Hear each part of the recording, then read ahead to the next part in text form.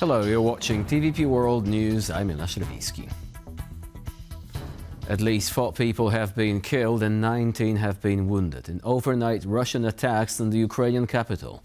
Several residential buildings sustained damage and a fire broke out in one of the districts. Explosions were first reported in Kiev shortly before midnight. According to Kiev's mayor, 1 paramedic was killed and 4 were wounded as a result of a so-called double-tap strike. Earlier on Thursday night, Moscow also launched a missile attack on Lviv using a ballistic missile that traveled at the speed of 13,000 kilometers per hour. The missile was fired from the Kapustin Yar missile range in Russia's Astrakhan region, a known launch site for Russia's Oreshnik intermediate-range ballistic missile complex. Moscow has later confirmed the use of the missile, claiming the strike was retaliation for the alleged drone attack on Putin's Valdai residence, despite no evidence of such an attack ever taking place. In the wake of Russian attacks, running water and electricity supply are disrupted in several regions of Ukraine, with an estimated 1 million people in the Dnipropetrovsk region left without heating.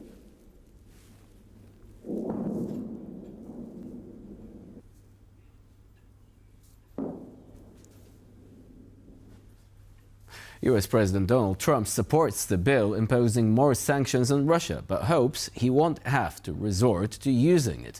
In an interview for Fox News, the US President expressed support for security guarantees for Ukraine, adding that he believed Russia wants to end the war. Trump also stressed that Washington has already slapped major sanctions on Russia and that the country's economy is in bad shape. The US President also spoke about the seizure of the tanker Marinera, which escaped the blockade of Venezuela by sailing under the Russian flag. Trump confirmed that the ship was escorted by a Russian submarine and destroyer, but added that both quickly sailed away when US forces arrived on the scene.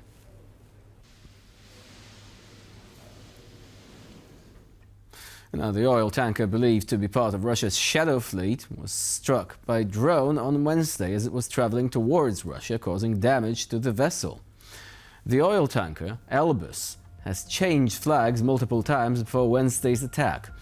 Reports suggest the ship was going to load oil, traveling along Turkey's Black Sea coast towards the Russian port city of Novorossiysk.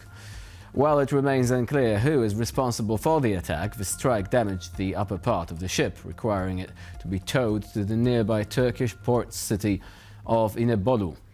A released photo shows black smoke engulfing the damaged ship, although no casualties from the incident have been reported.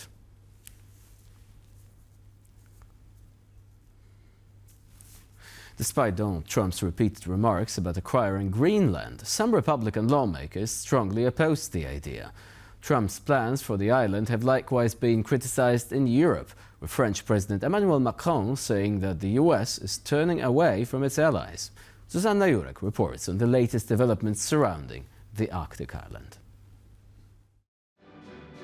A sight rarely seen, 8 Republican senators have now publicly criticized the Trump administration for its increasingly aggressive stance towards Greenland, the semi-autonomous territory of a fellow NATO member state, Denmark.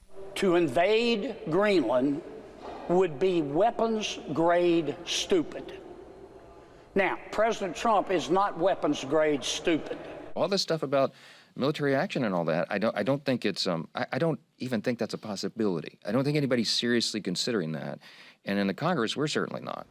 In recent days, presumably emboldened by his Venezuelan victory, Donald Trump has set his sights on Greenland again. We need Greenland from the standpoint of national security, and Denmark is not going to be able to do it, I can tell you.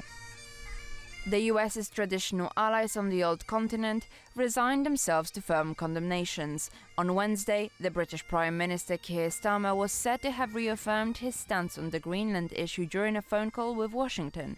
Previously, the British PM stated, "The future of Greenland is for Greenland and the Kingdom of Denmark, and for Greenland and the Kingdom of Denmark only, and we're very clear about that." The French President Emmanuel Macron, however, pointed out bigger picture implications of the US extending territorial claims over the Danish land.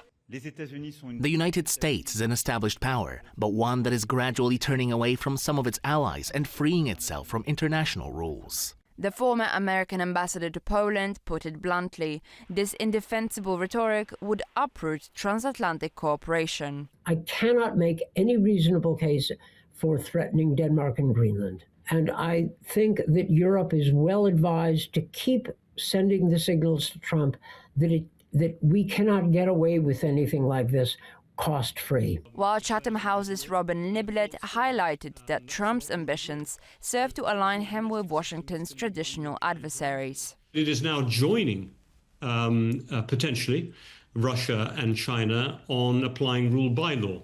Its claim on Greenland, for example, is going to start to certainly echoing language that is similar to China and Russia. So it's not so much exposing other countries' hypocrisy, it would be joining their hypocrisy. At the same time, Trump posted about increasing the US military budget to $1.5 trillion, which he said, "This will allow us to build the dream military that we have long been entitled to and, more importantly, that will keep us safe and secure, regardless of foe." And as Trump sinks to thinly veiled threats, Denmark too is assembling troops in Greenland, instructing them to stand at the ready in case of an improbable but not impossible scenario. For TVP World, Zuzanna Jurek. In an interview with Fox News, President Donald Trump announced the US will soon expand its campaign against drug cartels to land-based operations, claiming the cartels are, and I quote, running Mexico. Trump, however, did not say when or where such operations would take place.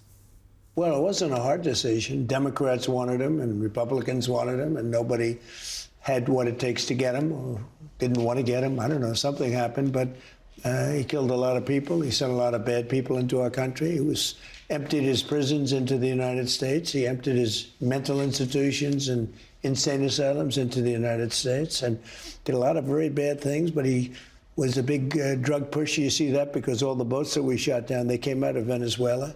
A lot of drugs. There's a lot of boats and a lot of drugs. There are very few boats operating right now. There's almost no boats. You can't find any boats. I don't think anyone would go fishing in those Not a lot of waters. people want to go fishing anymore.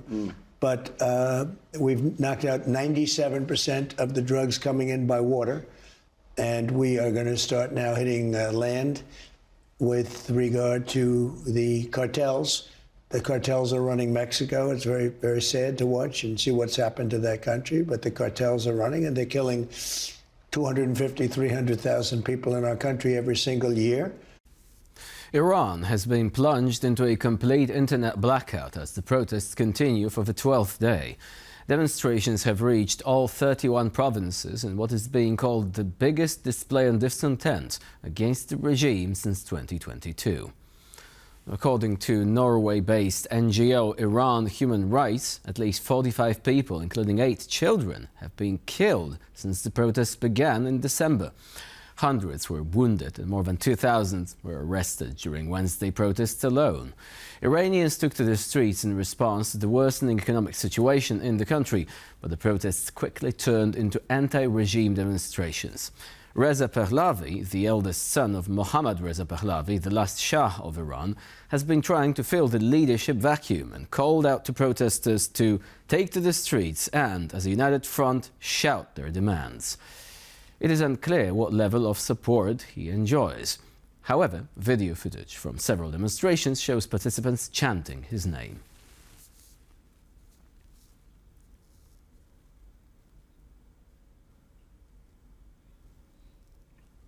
European Union member states are expected to give their final decision on the free trade deal with South American bloc Mercosur on Friday.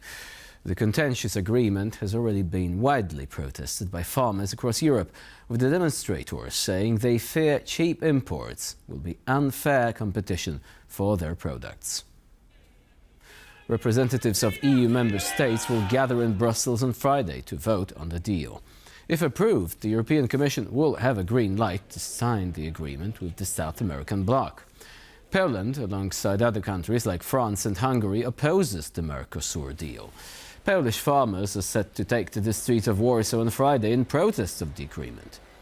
Negotiations for the Mercosur trade deal were launched over 25 years ago. The European Commission sees the agreement as crucial when it comes to boosting the EU's economy, exports and diplomacy.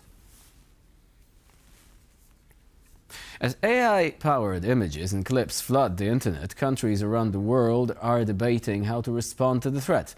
In Finland, 3-year-olds are already learning how to tell an AI fake from a genuine source of information. Aisha Bachi reports. Your average 3-year-old knows how to identify shapes and colors, form longer sentences, and ask a lot of why questions. Finnish 3-year-olds, though, go a little beyond that. They start learning how to recognize AI deepfakes. It's about understanding how AI works and how that information is generated, and I think it's a central democratic skill. We know how Finland and Europe is under hybrid Russian pressure.